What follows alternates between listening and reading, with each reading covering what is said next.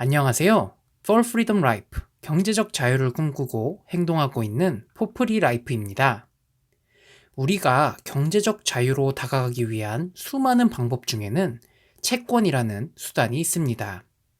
우리가 채권 투자를 진행하기 위해 가장 활용하기 쉬운 방법으로는 두 가지가 있는데요.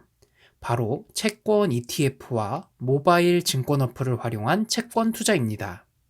하지만 이 두 가지 수단은 채권을 활용함에 있어서 굉장히 치명적인 요소들이 내포되어 있다는 사실을 지난 유튜브 강의나 블로그 포스팅을 통해 다루었었습니다. 그런데 채권을 활용하는 방법은 위의 내용, 그리고 제가 이 채널을 통해 알려드리고 있는 채권 직접 투자 방법뿐만 아니라 각 증권사에서 제공하고 있는 장외 채권을 활용하는 방법도 있습니다. 보통의 일반적인 장외채권 시장은 기간 단위의 투자자들이 몇백억 단위의 규모로 채권을 거래하는 시장이지만, 오늘 여러분들에게 설명드릴 증권사의 장외채권 시장은 개인들이 좀 더 손쉽게 채권을 매수할 수 있도록 증권사에서 직접 제공하고 있는 시장입니다. 채권 직접 투자 방법과 동일하게 개인들도 이 증권사 장외채권 시장에서 최소 1,000원 단위로 채권을 매수할 수 있습니다. 증권사에서 제공하는 이런 장외채권 시장은 모바일 앱뿐만 아니라 증권사 홈페이지 자체에서도 별도의 프로그램 없이 매수할 수 있고, 매매할 수 있는 시간도 일반적인 장외채권 시장의 거래 시간인 오전 9시에서 오후 3시 30분까지가 아니라 증권사의 영업시간인 약 오후 5시까지로서 훨씬 길 뿐만 아니라 해당 채권을 매수하면 얻을 수 있는 수익률이나 해당 채권의 만기일자, 잔존 기간 등의 정보도 해당 장외채권을 매수할 수 있는 화면에서 굉장히 친절하게 표시되어 있습니다. 따라서 그 매수 방법도 마치 편의점에서 물건을 고르듯 원하는 채권을 손쉽게 매수할 수 있는 방식인데요. 우리는 생각해 봐야 합니다. 어째서 이렇게 친절할까요? 앞의 영상이나 블로그 포스팅을 통해 채권을 중개하는 증권사 등의 입장에서 개인들에게 채권을 홍보하거나 중개함으로써 얻을 수 있는 수수료 같은 이익이 적게 발생한다고 하였습니다. 따라서 채권이라는 투자, 재테크 수단은 개인 투자자들에게 널리 알려지지 못했으며, 자연스럽게 채권 직접 투자에 대한 자료도 많이 생산되지 못하였습니다. 따라서 채권은 아직까지 부족한 시스템과 불친절함이 산재해 있는 것이 당장의 현실입니다. 그런데 어째서 증권사의 장외채권 시장은 이런 친절함과 유용성이 진행되는 것일까요? 그것은 바로 증권사에서 제공하고 있는 장외채권 시장은 금융사 자체의 수익을 발생시켜주는 상품과 같기 때문입니다.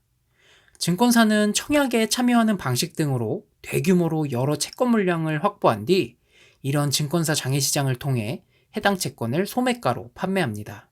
즉, 장외시장에서 판매 중인 채권들의 단가 자체에는 그 증권사의 이익이 포함되어 상대적으로 높은 단가를 가지고 판매되고 있다고 할 수 있습니다. 따라서 누군가 해당 채권을 매수한다면 증권사는 무조건 수익이 발생하는 구조라는 것입니다. 물론 그렇다고 하여도 해당하는 채권을 매수하는 투자자가 큰 위험에 노출되거나 표시되어 있는 수익률 이하의 수익률을 얻는 것은 아닙니다. 다만 증권사의 수익이 발생하는 만큼 해당 채권을 매수하는 매수자 입장에서는 더 비싸게 해당 채권을 매수한다고 보시면 되는 것입니다.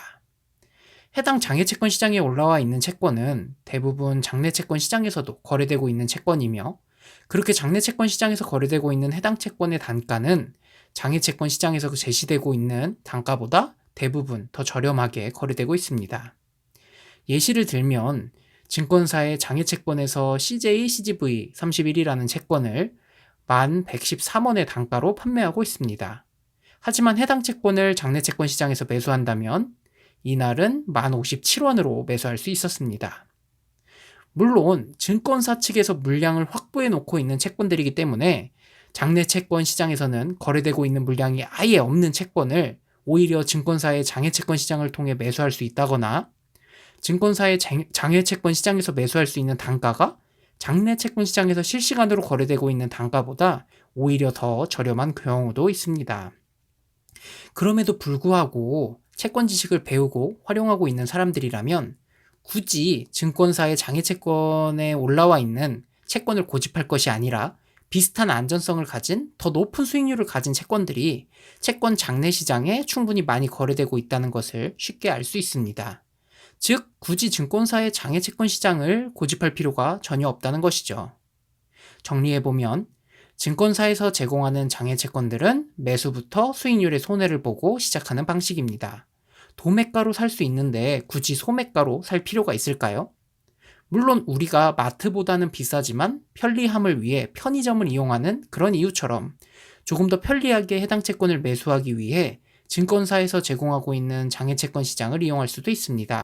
다만 장외채권 시장에서는 수익률의 상대적 손실뿐만 아니라 대체 가능한 채권들이 장내채권 시장에 충분히 넘치고 있다는 점을 충분히 인지하고 활용해야 할 것입니다.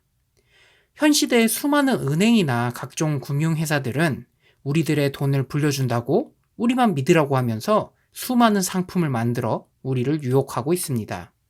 이들은 대부분 진짜 우리 돈을 불려주려고 하는 것이 아닌 그저 그 판매에 따른 수익을 얻고자 할 뿐입니다.